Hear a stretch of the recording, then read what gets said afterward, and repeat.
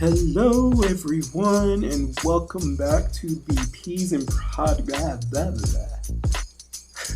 What'd you say? Dang. And so even that was something that we bonded over. And so, like, you can really find, like... Really? Ahem! What's happening outside? It's too late to be moving! You want to see what's happening? This is... Relationships can be anything from, like, mother-father, mother-son, son-mother. What are you doing? I'm trying to get you to come close to the mic. I am close enough. Okay. What's going on here? We're probably gonna have to cut this part out. Oh, my dog's sleeping. Kiwi. Oh gosh. Well, why don't you help? You just sitting there watching it happen. Well, it's kind of funny. Well, we're trying to record a podcast. Oh, legs I'm not trying to get up there. Oh, hold on. He needs to be consoled. It's okay. Brandon, just put him on my lap. He's alright. Oh, baby. Welcome to the Peas in Progress podcast. Here, we'll share our experiences as a biracial millennial couple who got married in the South and what we've learned together through the current social and political climate. All while learning to trust and love one another through what seems to be a life in transition. Welcome to our life. I'm Brandon. And I'm Amy Beth. Hey friends, just a friendly notice. We want to let you know that this podcast will be adult friendly, including language and subject matter not suitable for younger ears. So if you have headphones, now would be a good time to use them. Hey everybody, welcome back to the Peas in Progress podcast. It is so good for you guys to be back. I don't even know who's listening at this point because either we have a no audience or we have a really shy audience who has, it's been crickets. I mean, we've gotten a few responses. Like, there's been some DMs, but we would love for you to rate, subscribe. Well, actually, you should do the subscribing thing first and then rate us. And then leave us a review because we're looking to expand and we have some really exciting things on the lineup. And we also have our first special guest lined up, which will be down the line in May, which is really exciting. Mm-hmm. But really, we really want your feedback on this. It's Peas in Progress for a reason. We do not claim to know everything. We're just presenting what we know and just inviting you along for the journey. So please, please, please, please, please, please. Say hello. We love hearing from you. So anyways, my childhood dreams are coming true. They sure are. Well, it's not really a dream. It was just something that I did when I was younger. So I don't know if I've shared this story yet, but when I was younger and I was around 10 years old, I actually hosted a web chat room site for relationship advice. And I thought I was really smart at 10 and I knew what it was like to love somebody and to be in relationship with somebody. And I thought I knew what I was doing. And I still get crap about that from my family who, well, when my parents found out, they were very surprised at first and then also very upset that I was doing this behind their backs. So, as a 10-year-old girl on the internet. So, just imagine I'm living my dream right now. I'm getting to give relationship advice via internet. Yeah. But it's not really a dream. It's just funny that I get to do this now. Yeah. See, it's a good thing that I found you. You want to know what I was doing at age 10? Please tell us. Yeah, and I get a lot of crap about this from my family anytime they get a chance, but I was watching Wheel of Fortune and cartoons, and in my spare time, I would sometimes, mimic the sound effects from said shows because I liked them so much. You're so sweet. I was your first serious relationship. Yeah, I don't think and you're a like therapist. And you're a therapist, so at least you're really schooled on relationships, which is why you're here. Okay, well, I think we should just move into what is a relationship? Because I like to know, what are things? Why are things? What are this? What are this? So, Jenna Marbles. Brandon, how I think we should talk about how a relationship works, how it functions, how it can form. So we'll start with the foundation, which is really a rapport with somebody. Can you explain what that means? All right, so what are relationships? Relationships can be anything from like mother father, mother son, father daughter, husband wife, boyfriend girlfriend, bros, gals, you name it. Like any sort of connection between two people can be determined as a relationship. But not all relationships are equal. For instance, the relationship with my mother is going to be much different than the relationship that I have with my wife. Each have their benefits, if you know what I'm saying. We know what you're saying. Good. I'm glad you know what I'm saying. Now, as far as like how they function and like the foundations of it, I think there's like a few things that I would say are pretty much essential to any kind of relationship. The first being this idea of rapport, and that's just like knowledge and connection that you have with that person. That rapport is so important because it opens the door to trust, it opens the door to connection, it opens the door to intimacy and conversation and shared experience and shared time. Without that rapport, that relationship's going to be really hard to get on a deep level. I mean, I could see relationships like on an acquaintance level kind of surviving without like a necessary rapport. But those deeper relationships, especially those committed relationships, that rapport is really important. I mean, think about it. When you walk into a therapist's office, you're not just going to be all super comfortable with that therapist unless in a rare case you are familiar with that therapist through referrals and all that great stuff. But for the most part, you're going to enter into that relationship kind of like, what is this going to be about? Like, is this going to be safe? Is my therapist going to be this weird person that does weird things? And so that rapport, even at the beginning, is going to be really important. And what happens is you're getting to know each other. You're asking kind of basic questions, your name, gender, all that stuff. And then I imagine as like you get comfortable answering those questions, that relationship, even in the beginning phases, like builds because that rapport is being built. Like you're gaining knowledge and a sense of connection with this person.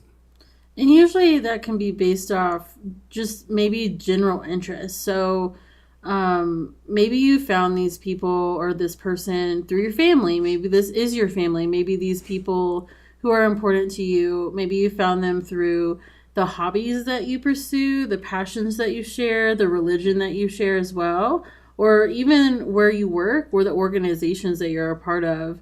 And I also would like to say, would rapport qualify as expectations, even those unsaid expectations? I would say, yeah. I mean, that rapport building is a really good time to voice what those expectations are in a relationship. And it's also an opportunity for you to like listen to the other person's expectations too.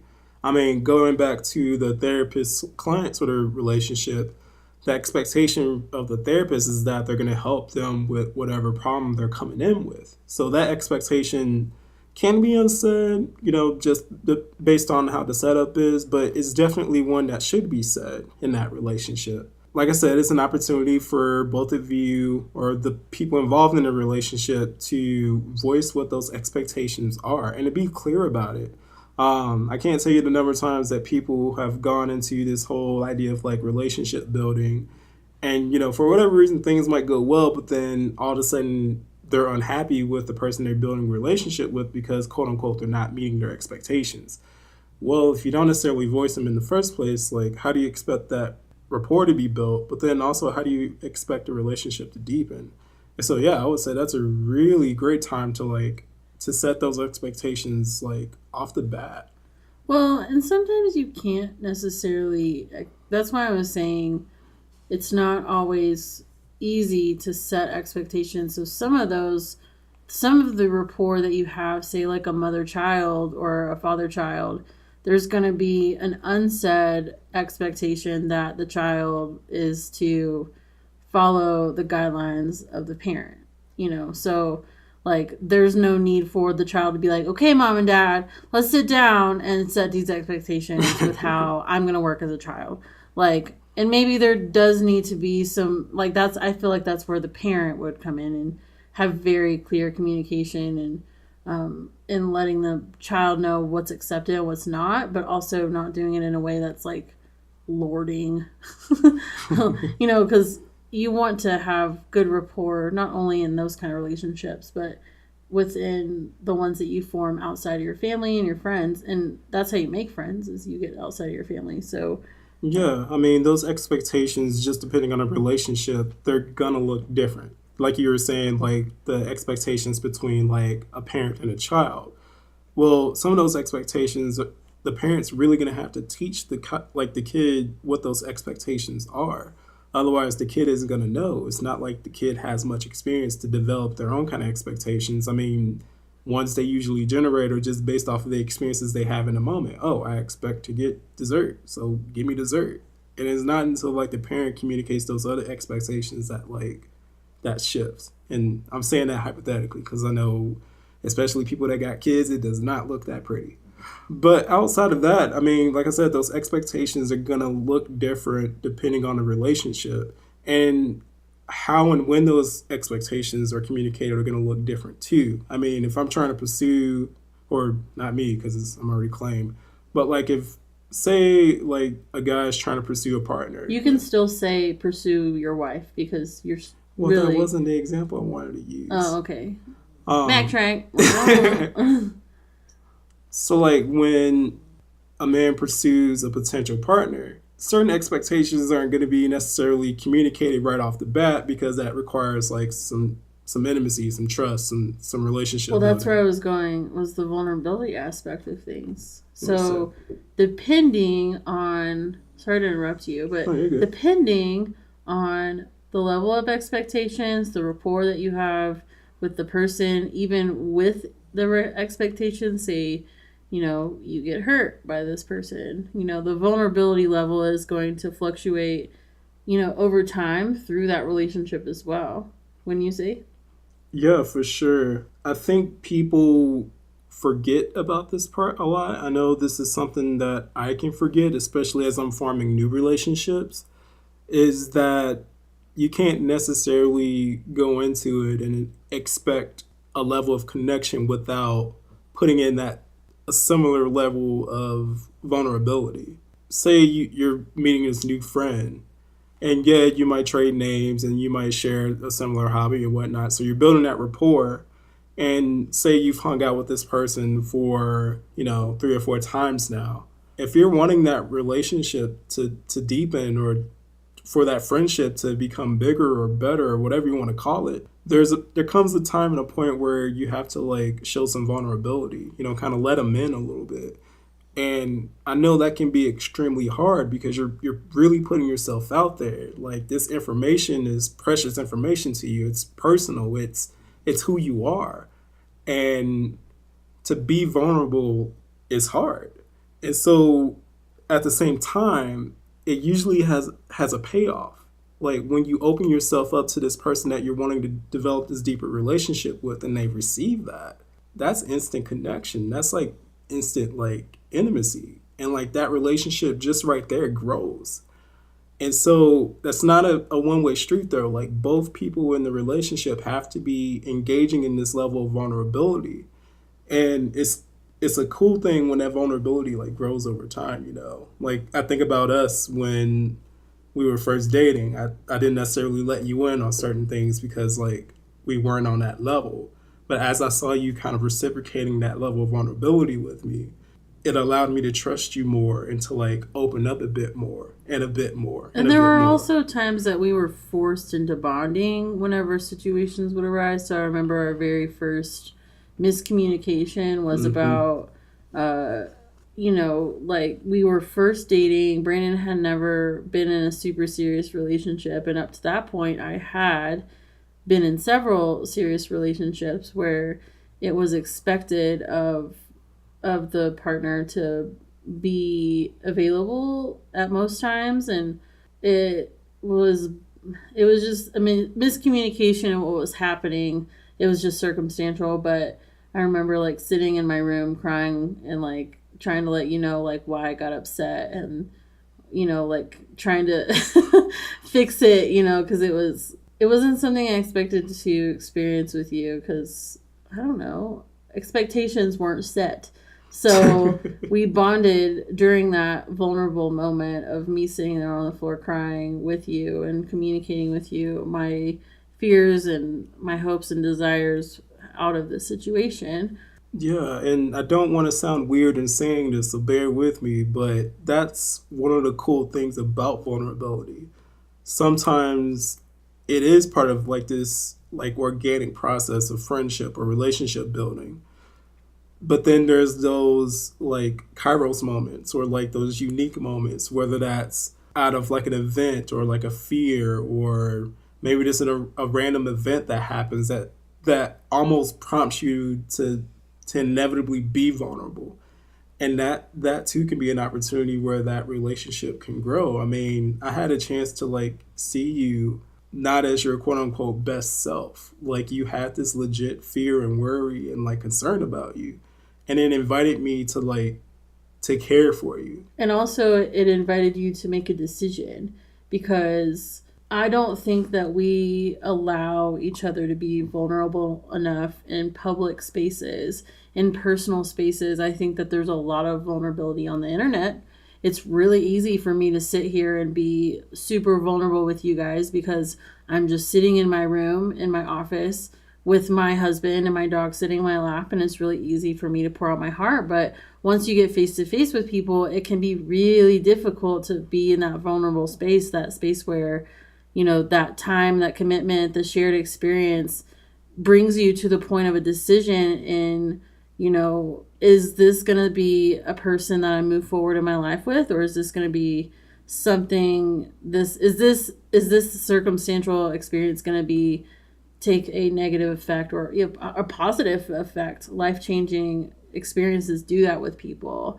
They bond people. I know that I wouldn't appreciate my husband as much now if I wouldn't have gone through what we've been through. And you can go back and listen to our story because it's filled with rainbows and sunshine. Just kidding. It's not. So go and listen to our story. You'll hear what we've been through together. And this is why we're able to do a podcast like this, is that, we made a decision early on in our relationship that this was going to be the line in the sand for both of our families, that there's going to be some things that we do that our families won't agree with because it's not what we feel is the most productive or effective, or we just don't agree about certain things, and we have different values, different priorities, and that's okay. That's totally okay.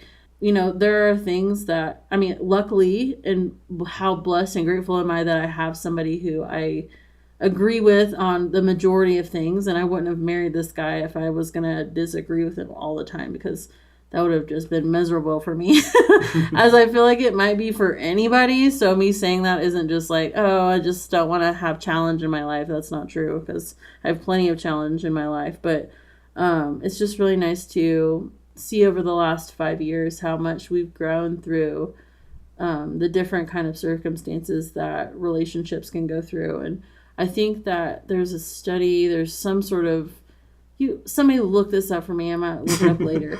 But there's some sort of study or something out there that says that you really don't experience somebody until you've been friends with them for 4 years or more. And sometimes it takes 8 years, but because I have a few of those. There's far and few between, but I have 8-year-old friends. Not child friends. I'm killing it over here.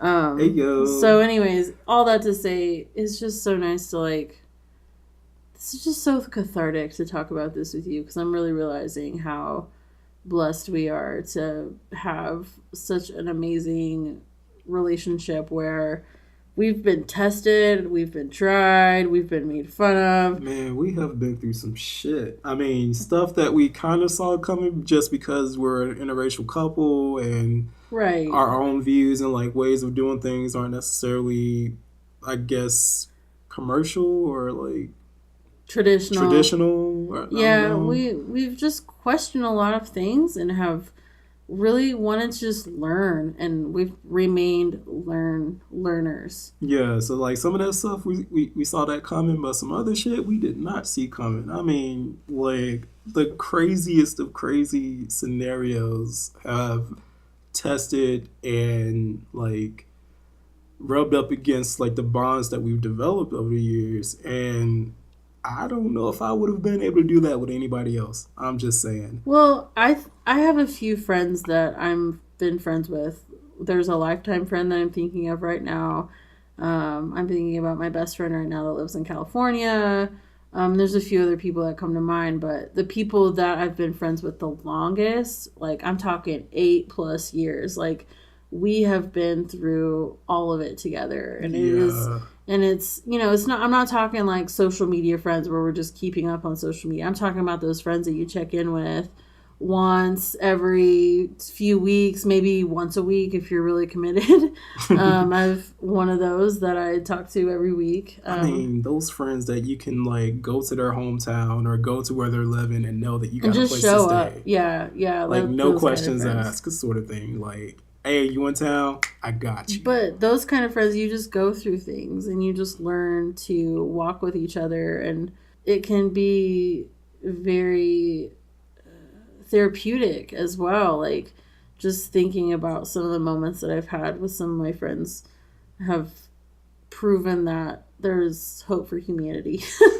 Because if I didn't have some of these people in my life, there is no way I'd be doing what I'm doing right now. Mm-hmm.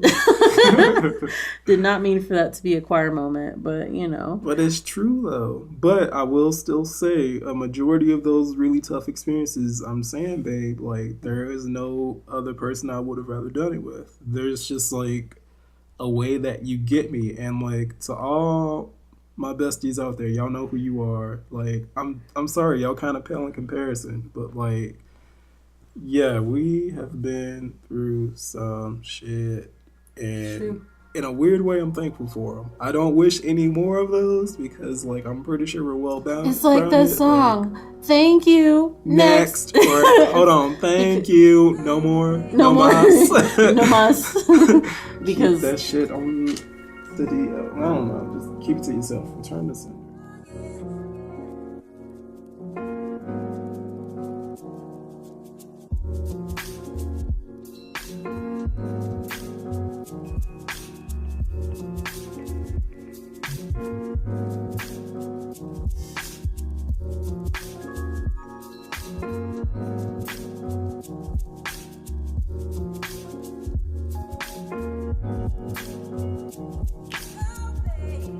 well, let's go into some practical advice that anybody can get value from. Do you have any other fun way to say that? That anybody can succeed at. That anybody can benefit from. Do you get what we're trying to say? This is not just for romance, you guys. This Everybody can be fed from this meal. is... That was lame.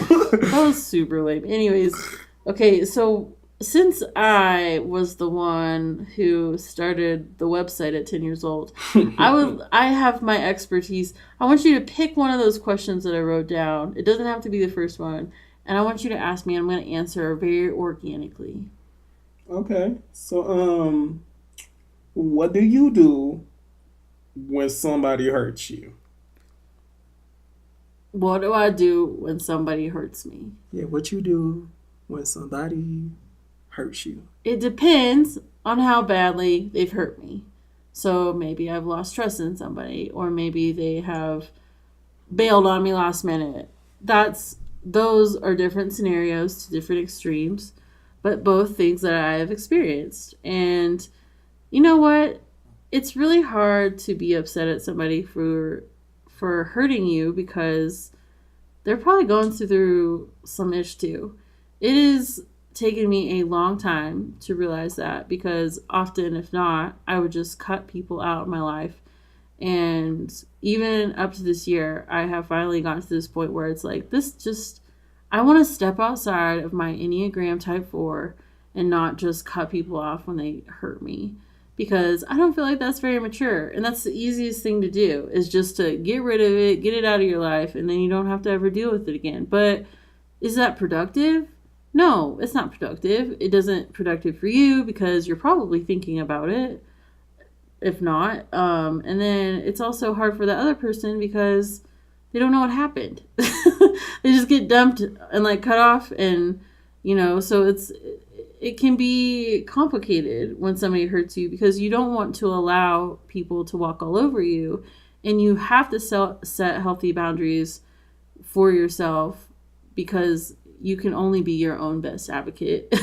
But when somebody hurts you, it's good to analyze what happened. And it's hard. It's really hard to do this, but trying not to respond directly or immediately is one of my biggest faults, because I can get worked up about something if somebody's hurt me, but it's not practical, it's not realistic, and it's not helpful.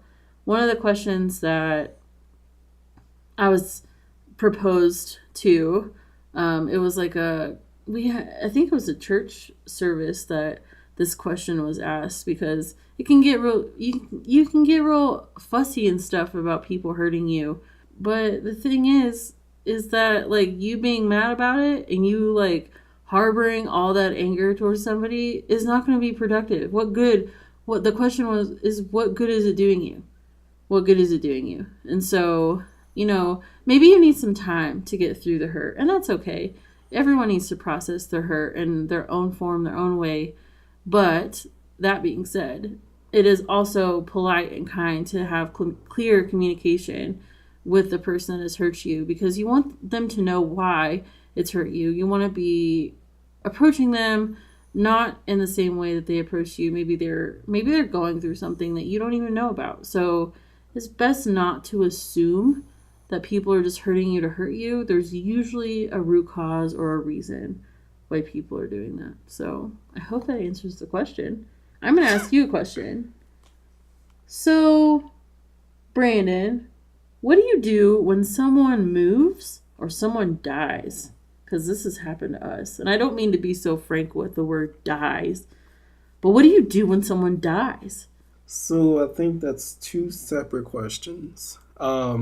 When someone moves, are you talking about like move cities, move locations, city, or just moving locations? I'm just talking about gets out of your life in some form or fashion to some degree.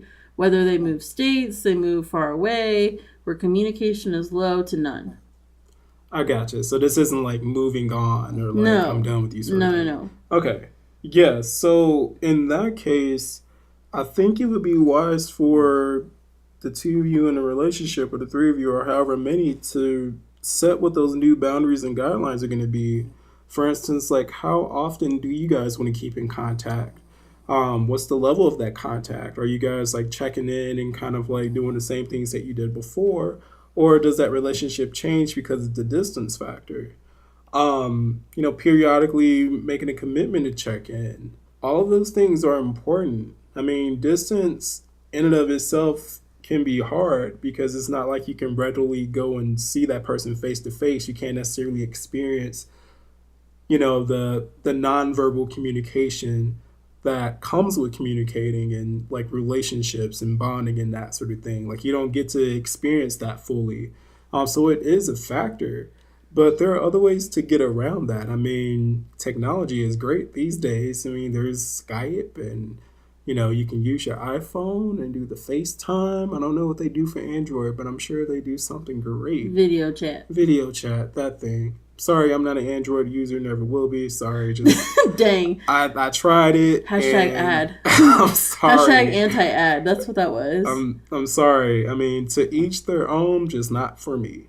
Anyway, but yeah, there are ways in which you can kind of bridge that gap using video technology and use of social media as well. Side note, I just need to say that while technology is great and while long distance relationships are easier these days with video chat and Facebook and Instagram and all this stuff, face-to-face community is more important.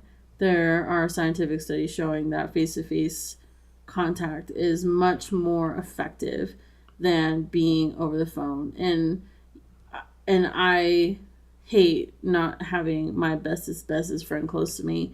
And I don't like that she's in California. But I can't do anything about it. And alas, we just have to use FaceTime. And you know what? That does what it does. And I like that we're consistent. We've set the expectation that we're going to talk every Monday, and that's just how it is. And she and I always make an effort. And if we don't talk, then we always make an effort to talk that week. So Yeah, another side note. I know I mentioned using like social media and video chat to stay connected. I think the one thing I would caution is make sure the interactions are authentic. Don't be right. going through that fake bullshit on Facebook of like, hey, I miss you, we should hang out, and then never follow up. Okay, set the intentional date. Like, be intentional, be authentic, like, be real. Like, the only thing that really changed in the relationship is that this person is at a distance, which does suck. And But it does change things. it does change things. But there are many ways to like make sure that relationship is intentional, to make sure that relationship is still connected, that is still deep, and that is authentic. So like use social media if you have to, but don't let it be the thing that destroy you. I can't tell you the number of times like unmet expectation of level of engagement on social media, I've lost friendships and stuff, and it's just like what the heck. If those relationships are important to you, even when they move away, like find ways to remain connected, find ways to keep that relationship authentic, and find intentional time where you're consistently checking in. But on the note of like someone dying, the first word that automatically comes to mind is grieve. Grieve, grieve, grieve. And I'm not talking about this whole idea of like, oh, I'm fine, I'll just move on. No, like this is a significant event, and in some cases can be even traumatic. So grieving is such an important part of that process, regardless of the relationship, whether it's, a family member, a friend, a mentor, a religious leader, whatever the case may be, like that grief is so important. Why? Why is it important? Because it allows you to like process what happened. It allows you to receive support. It allows you to not necessarily move on, but move forward. Whether you had something to do with it or not, or if you didn't get closure, whatever the case, like that grief is so important. And it's so important that you do that with someone. This is not a process I would advise you doing on your own because, you can end up avoiding it. You can end up putting it off. You can end up becoming defensive about it. Just, you gotta grieve and you gotta do it with someone.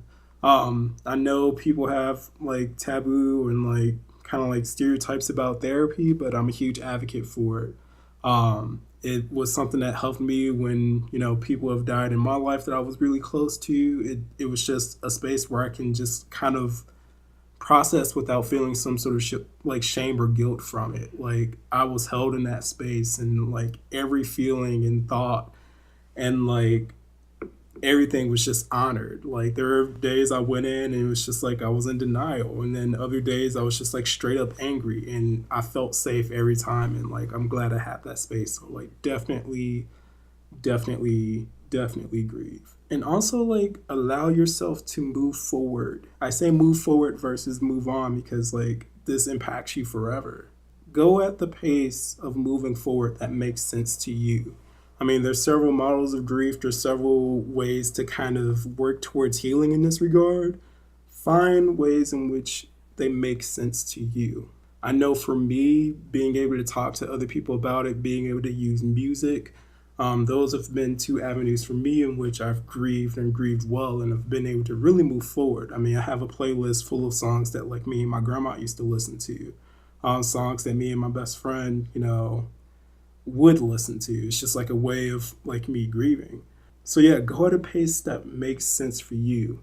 And also be very careful during this time too. This is a very vulnerable time, and so you lend yourself to like bad habits, addictions, really bad avoidance kind of things where you're not necessarily processing, you're just kind of putting a band-aid on the pain.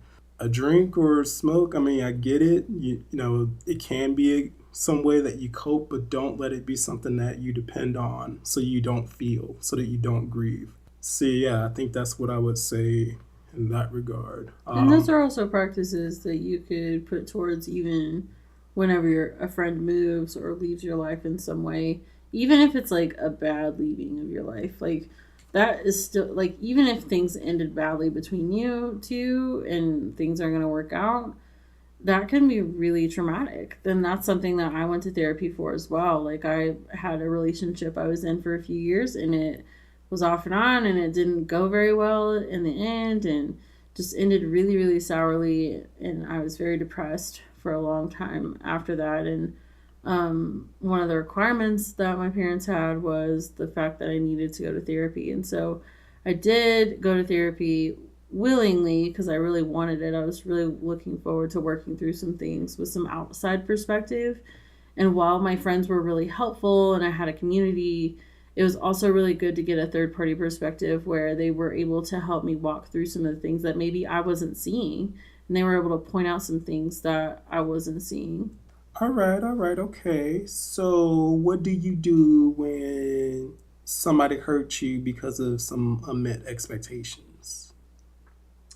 That's when you have to analyze whether or not there were expectations. Maybe there were unsaid expectations. Maybe there were mind reading expectations, which are unrealistic, by the way. You should never expect somebody to read your mind.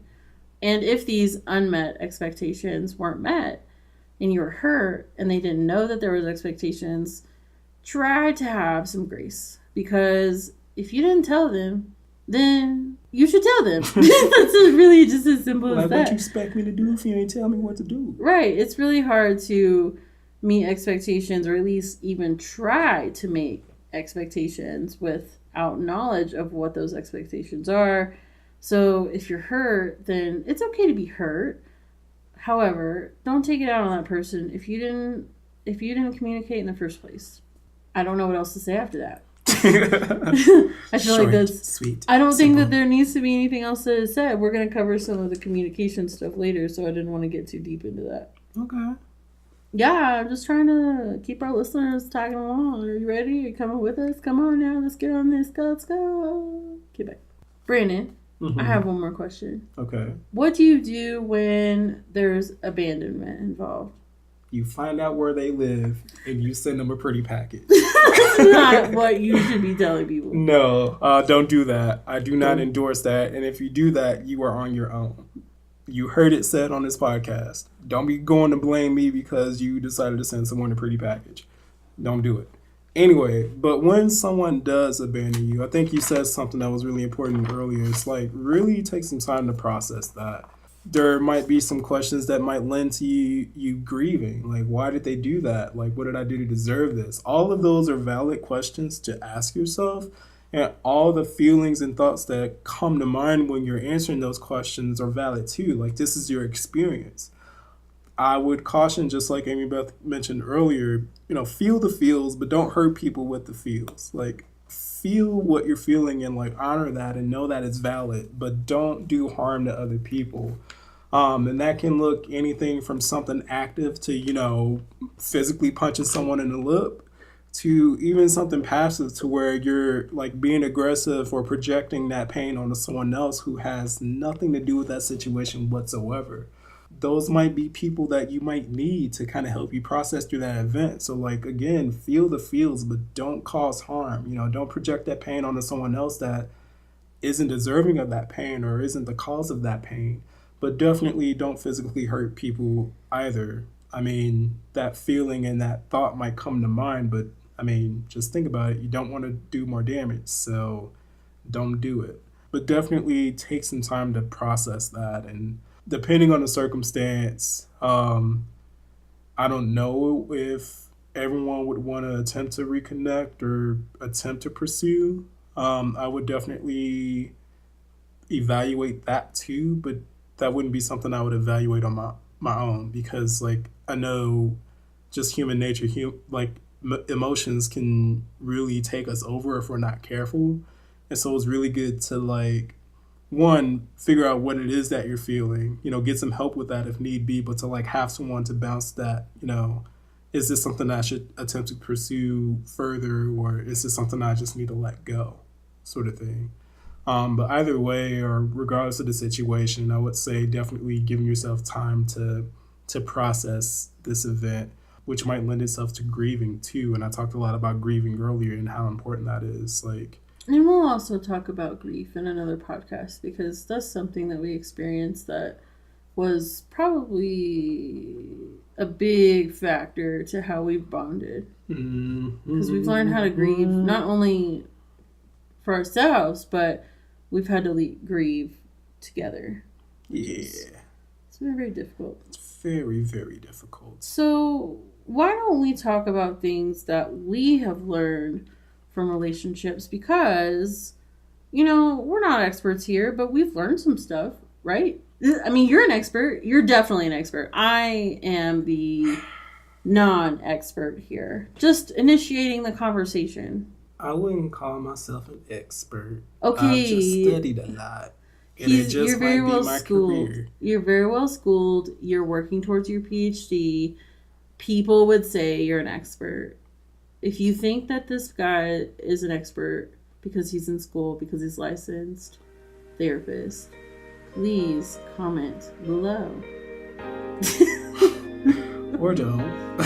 Anyways.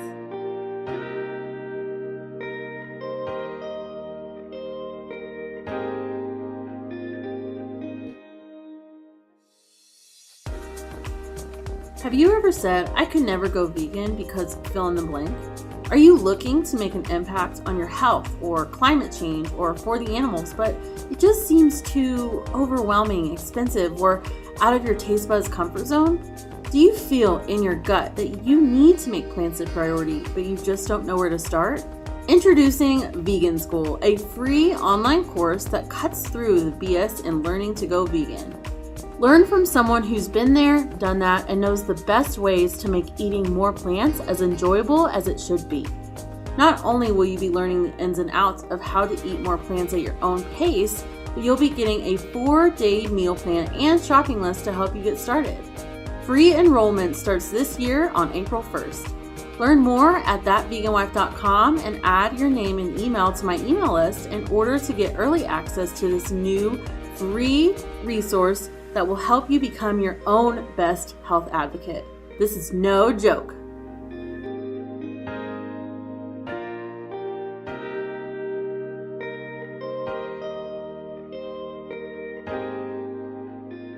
So why don't we talk about the things that we've learned from our relationships?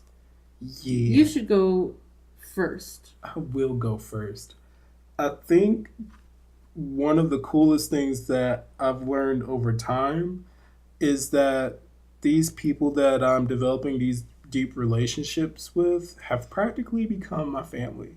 I can remember specific instances in which I've met a lot of these people that are really important in my life. I mean, I remember meeting one of my best friends from a step team tryout, and he hated my guts when we first met. And yet that became a thing that we bonded over and we traded experience over. And now, like, at any time I could ask him for help, and if he's able to, he's willing to like give me a helping hand. I can think of, another relationship where we were both RAs and we're playing capture the flag, and he said probably one of the most racist and stereotypical things ever, but I found it really funny because we were in this moment. I don't know why, but it just happened. We talked about it afterwards and how that was inappropriate, so he hasn't ever done that again. But that became something that we bonded over, and like to this day, like he's someone that I would consider like a true bro. He like, was lucky to meet you, as other people wouldn't have been so kind. No. No. Especially in the environment that we were in. So we met in some pretty wacky circumstances or whatever, but these are also people outside of my own family and the extended family that I've gained through marriage that I truly feel like I can process through anything with. I'm able to be vulnerable with them, and they really do want to help take care of me. So, like, these are definitely people that I would call a brother, I would call a sister, that I call mom, dad, mentor. Like, these people really have helped me through some really rough times and have also shared some pretty awesome times with me too, and have been with me through thick and thin, just like family. Just like it. Well, what about you, babe? What have you learned? Well, a few things that I've learned is that I'm a broken human being. I like to say human.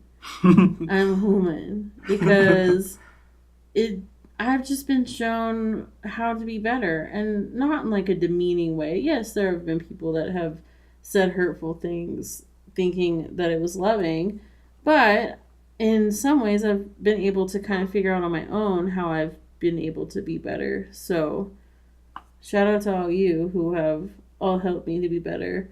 Also, I would say that clear communication is kind communication. I'm one to appreciate that. I'm one to like clear communication. Don't beat around the bush with me. Just tell it like it is. And that's how I communicate. I know that's not what everyone appreciates. Some people like a little sugar on top. But I like to just give it to you simple and straight because I feel like that's just the kindest thing I can do. If I'm leading you on, if I'm, not telling you the whole truth and I'm hiding things from you, then I'm not being kind. I'm not being kind to you in the way of giving you what you deserve, which is clear, honest communication. Sometimes people take the honest communication too far where they're saying, well, I'm just straightforward. That's just how I am. Well, you also have to consider other people have feelings and that they might not respond to that very well. So the tone of your voice, the way that you say things, like, no, we don't need to be walking on eggshells with one another, but it's also really nice to like read the situation, read the room, like how are things going for them, and maybe that's just the natural empath in me where I can read facial expressions. Maybe that's my hypervigilance playing a part, but I tend to appreciate the clear communication as that has allowed my relationships, within my marriage, outside of my marriage, within my family relationships to move forward quicker and to proceed even through miscommunication. So if there's a miscommunication, clearly communicating what was miscommunicated and not taking offense. So being open into listening as well. So clear communication is also kind of listening. So like you want to include listening in that. You don't want to just communicate all the time. You want to be able to clearly listen to what the other person is saying so that you guys can be productive in your relationship, so that you can move past fights or whatever happens between you guys or you girls or you people, whoever. So yeah, those are a few things. What about you? Do you have any other things that you learned? Yeah, I think another thing I've learned over time, especially more so lately, is to like honor the things that I need in relationships and to honor my own needs as well. I think as a people pleasing kind of variety, as my 7 type is usually, we like to make sure everybody's taken care of, and we do so with like an enthusiastic attitude, and we want to go above and beyond when it comes to like making others happy or creating this like awesome experience. But the crux of that can be we don't necessarily honor our own needs and we don't necessarily take care of our own selves. And so we can get butthurt when we expect other people to like just recognize what we need or, take care of us when we don't necessarily voice it or do so ourselves. And so I've found that my relationships have gotten way better when I'm honoring the things that I need from those relationships, that I'm communicating those needs in a way that is honest and is open, but doesn't necessarily hurt people. I think an important part of relationships is like you have to recognize what you need from that relationship. And that if you're able to communicate that and that other person is able to honor it, then it works better somehow. So that's definitely something I've learned. And also something I would say I definitely have learned and have been better at over time is just listen to your people. And especially to you married people out there, listen to your spouse. Like, I can't tell you the number of times my wife has said something to me that I needed to hear, as painful as it may have been sometime, only for me to be stubborn and prideful and go do the exact opposite or something different than what my wife has told me that I needed to do, only to come back to what my wife had told me to do in in the first place. And it's usually somebody else that confirms it, that is outside of our relationship, that will tell you, and then you come home and you tell me, oh, so-and-so and I had a conversation, and they told me the thing that you told me to do a long time ago. And it may not go exactly like that, but that's the premise of it. And I just give him the, tell me more about this thing I told you to do a long time ago and how amazing and wonderful you feel after you did it. Right? I think I will know a little something about that too, don't you think? Marriage.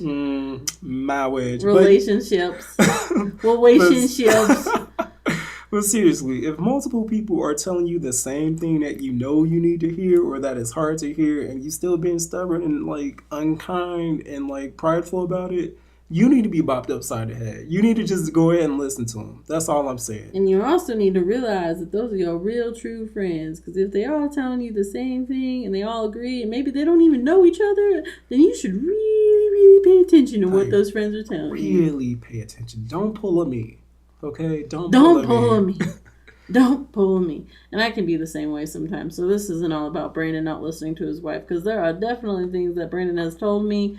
It took me a whole 2.5 years for me to start a YouTube channel after Brandon had specifically encouraged me in the beginning to host a YouTube channel. And I could have been doing it. I could have been doing this a long time ago.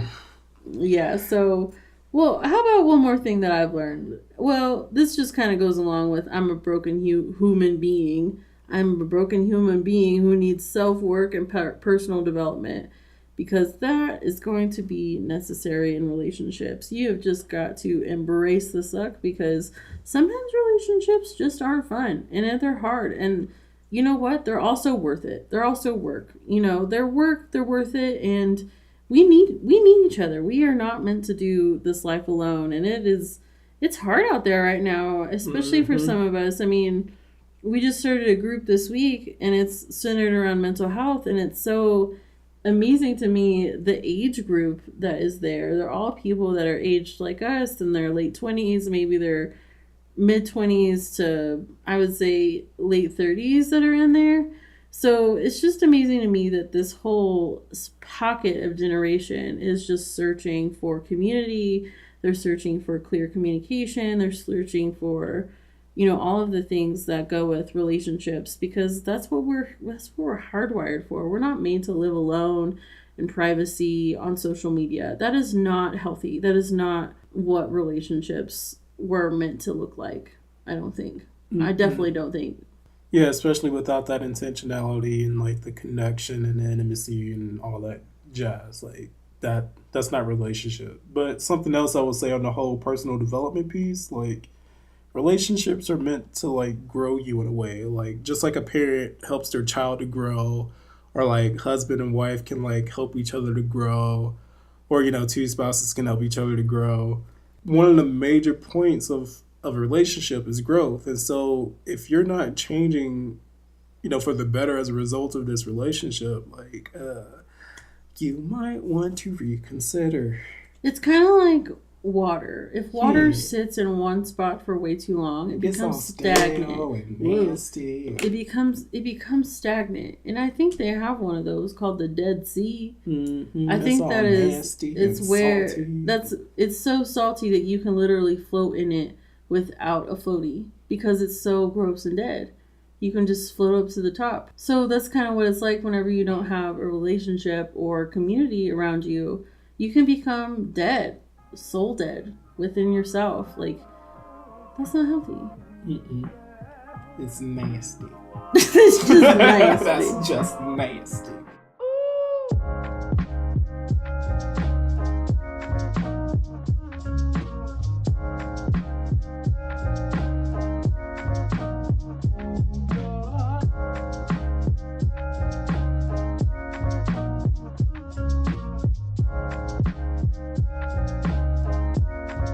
Well, I think we should do something fun. You want to do something fun? Let's do something fun. Let's talk a little bit about our best relationship moments between you and I, since we're here. And maybe this could be a not so good thing or a good thing. So why don't you tell me one of your most favorite things from our relationship that has happened that has maybe impacted you in a certain way? So have y'all ever seen those romance movies where like the couple is out in this dramatic fashion in like some extreme weather of some sort, whether that's like snow or rain or something like that, but they have a moment where they're connecting and they like make out and like some cheesy romantic music plays in the background?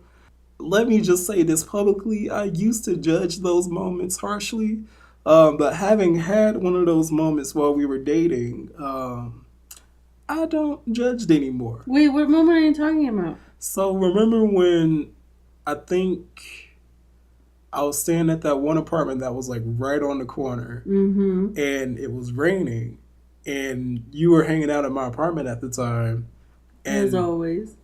and it got time for you to go home. And usually what we would do is that, I would walk her to her car. We'd talk for a little bit more, of course. We'd more than likely make out, and then I'd send her on her way. But this particular instance, it happened to be raining, and your car happened to be parked across the street. And so we literally had to walk across the street in the rain. And this was also a street that wasn't necessarily busy, like hardly any cars would go on it. So here we are in the middle of the street, and we're like talking and whatnot, and we start making out, but it was like one of the more passionate makeout sessions we had while we were dating, up to that point. Because we weren't like, we had a lot of boundaries. Yeah, like I was trying to, I was trying really hard to be respectful and not pounce her because Lord knows I was super attracted to her. That was definitely a moment. I think that might have been a turning point in our relationship because like I just remember makeout sessions and like intimacy from that point on just like exponentially grew.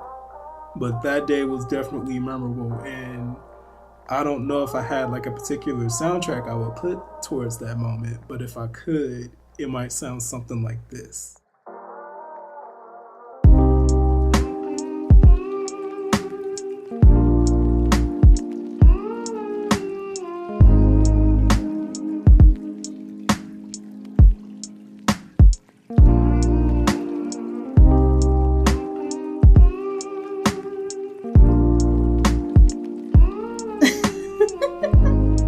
And he's looking at me.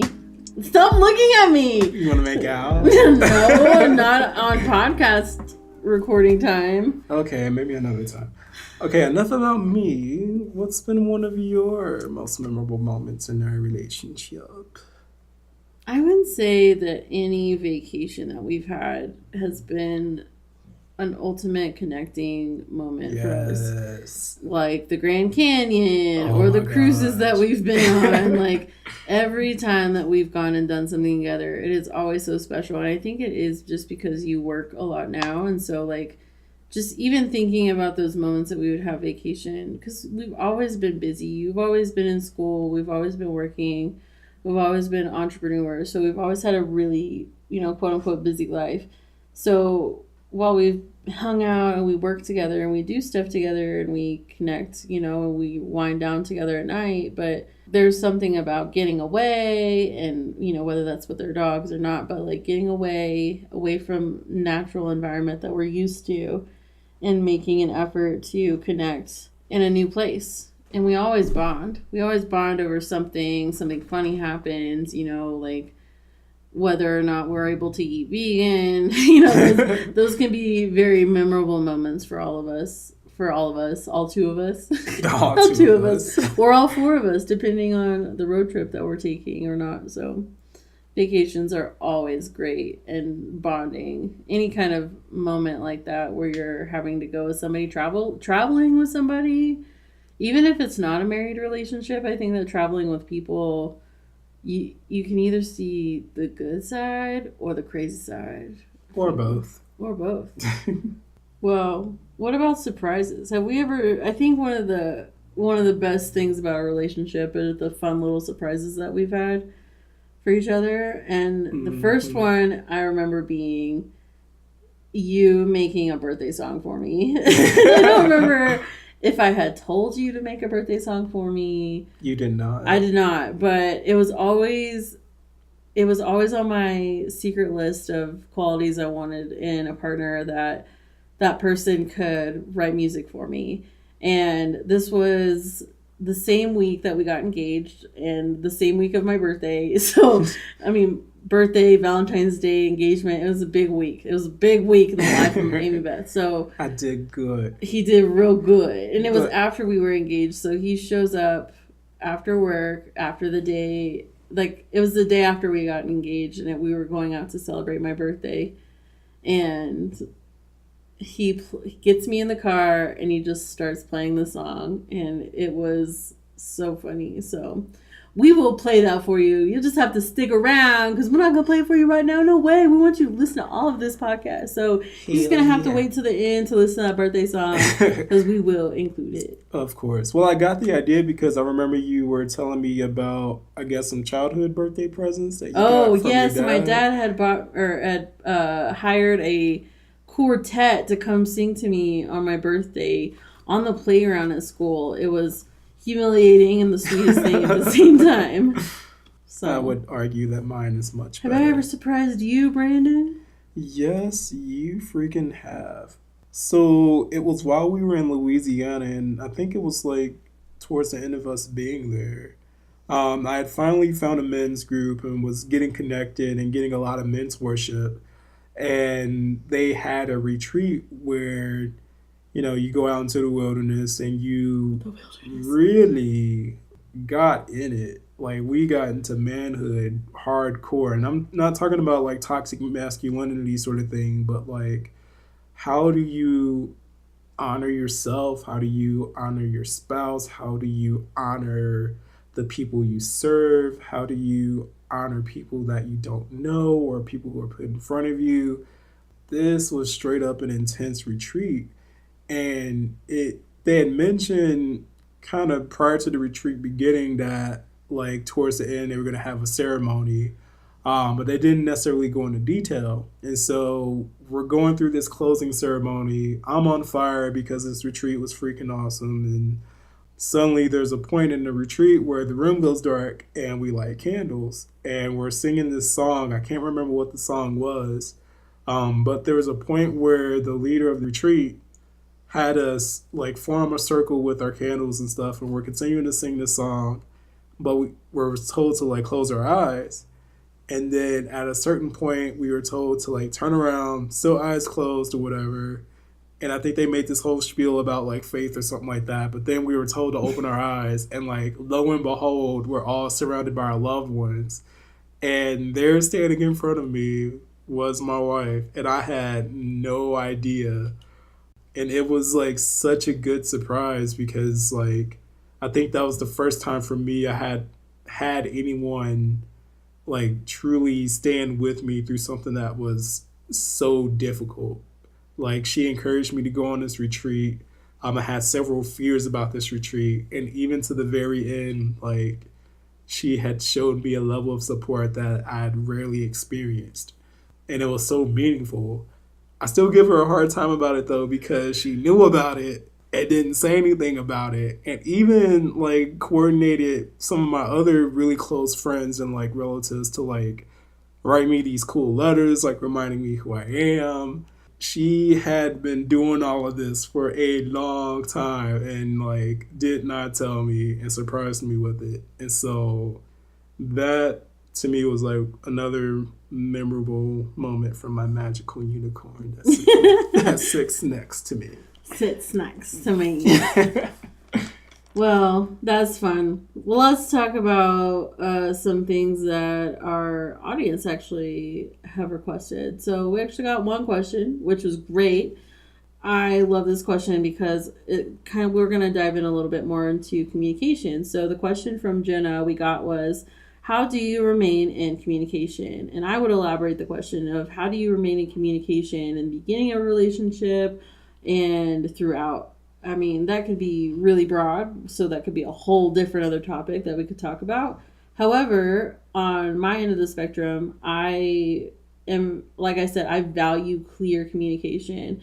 I want people to be upfront with me because I'm not here to play games. So even if that requires saying my expectations of this is how I communicate, this is how I will communicate with you. Please know that if there's anything I need to work on, please communicate with me this way because this is how I best respond. And then sometimes sometimes those expectations aren't always set in the beginning, but communication is something is that can be learned over time because everyone's going to have their different style of communication, and you may or may not have the emotional intelligence or the self-intelligence to understand what your mode of communication is. So that's definitely something that you should look into. Like, how do you best communicate? How do you best receive communication? Just so that you are able to clearly communicate on the other end of the spectrum what it is that they should expect, So for me, it is expected that Brandon lets me know when he has made it to work and when he's leaving, just because it's a safety issue. I want to make sure that he gets home okay. There have been things in the past where, he's been pulled over and by policemen, and it's been an intense situation where it wasn't even supposed to happen in the first place. But I just want to make sure that he's okay. So we overly communicate in that way. Not everyone, not every couple, not every friendship is like this. Not every relationship is like this where you need over communication. So there may be some over communication that needs to happen in certain different areas of your life, whether that's in what sex is going to be like for you two, whether that's how you're going to relate in mother and daughter, how, after like leaving the nest, how is that going to work? There are different ways to set expectations with your spouse and your loved ones that can be clear and kind. What would you say to this question, Brandon? How do you remain in communication? Well, first of all, don't assume. Like, you can't have these needs in communication or have a desire of how you receive or give communication if you're gonna assume how other people respond to you or assume that other people will or won't meet your needs. Like, you know the saying, when you assume, you make an ass out of you and me. You just do because you don't give room for that person to like meet that expectation, but then you're also like punishing that person in a way. Like, if I expected Amy Beth to know when I need some alone time without communicating that, and then I get all, pissy and stuff because she's not giving me quote unquote free time, that's not on her, that's on me. So like, if you really want to stay in communication, like, do not assume. Communicate your needs, communicate what it is that you expect, and give others an opportunity to say whether or not they can meet that expectation. Another thing I will say, piggybacking off of that, is have some wiggle room. I mean, you can't have these absolutes in the things that you expect in this relationship or your needs and all that great stuff. Like, things are going to change over time. Your relationship is going to change over time, which means that your communication is going to change over time. And so, like, give yourself that wiggle room to allow for that authentic and like organic growth to happen as you guys are communicating needs to each other. Also, like, I've mentioned this before, but like, intentionality, like, make your communication intentional. Don't leave it vague or up in the air. Like, when I touch my wife on her shoulder and I look into her eyes, I want her to know, like, I am paying attention to you and that you matter and that I love you. Like, be intentional about it. Don't look at her, or I don't want to like look at her and kind of give her a sideways dog face and expect her to like know that I love her if I'm not like intentionally communicating that. Like, that gives a mixed message. So don't do that. Be intentional about your communication. Another thing, and I think I'll leave it at this for right now because you really can't leave, you can write a book about just communication. There are books about communication. And this is a tip I like to give in the therapy room, but like, again, in your communication, if you have certain feelings, like, feel the feelings, but do not do harm, especially in your communication. That can be anything from like aggressive comments, I'm gonna hurt you, or you're an idiot, or those sort of things. But also like the passive aggressive communication too. Giving them the cold shoulder, refusing to talk, just holding things over people. Like, that doesn't necessarily help the communication either, and it can really drive wedges. So, like, feel the feelings. Like, yeah, the communication may not be roses and, flowers all the time, quote unquote good communication, but even like communicating pain is communication. So, like, do so in a way that doesn't create more harm, but like invites that healing. Like, hey, when you did this hurt me, and so I need you to not do that again. Versus, motherfucker, I'm gonna kick your ass for doing that shit, blah blah blah. Like that doesn't work. It doesn't work. Yeah, it doesn't work. So like yelling doesn't work either. Yes. Yelling, screaming. No one receives that stuff very well. Yeah, and I get it. Like you're gonna have like intense emotions, but like feel, don't hurt. I can raise my voice and say that I'm hurting without like hurting that person. Right. Like, you are really not listening to me right now versus like, you are such an idiot. Like, yeah, there's a difference. There's just a difference. So there's a difference. I'm going to leave it at that right now because I can talk about communication for a hot minute. Yes, we know. Listen, I'm going to change my notes now. Are you wiggling the notes?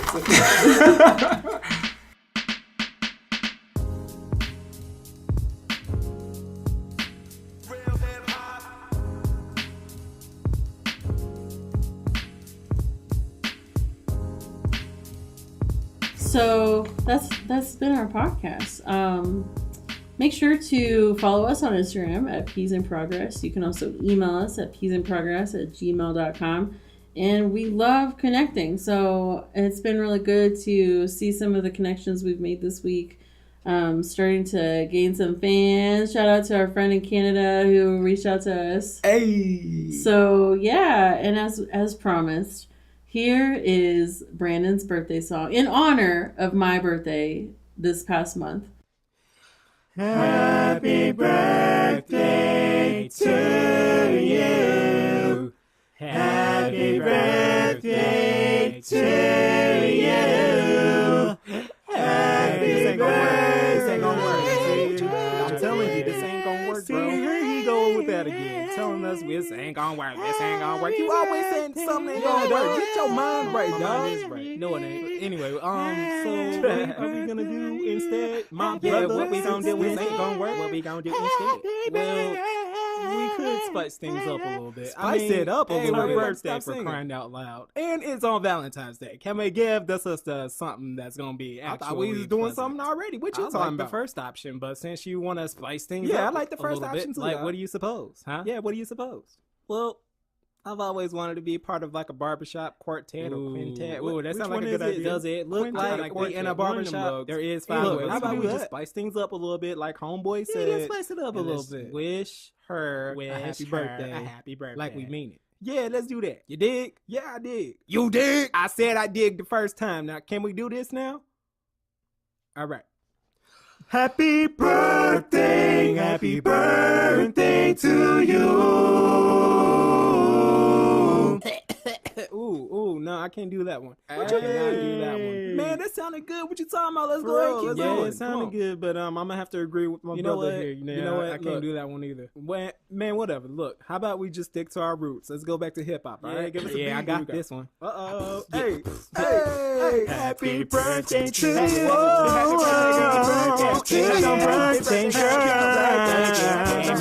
Happy birthday, happy birthday to you. Happy birthday. Man, how you gonna start something and then not finish it? For real though. Look, how about we just go to what we originally planned and just sing the happy birthday song? We are taking way too long to do this. Fine. Let's just go ahead and do the original plan like we had said. Okay, you happy now? Yes, I am. Now let's do this. We are taking too long. Let's just do this. All right. Let's just do it. All right, everybody ready? Here we go. And a 1, and a 2, and a 3. Happy birthday to you. Happy birthday to you. Happy birthday, dear Amy Beth. Happy birthday to you.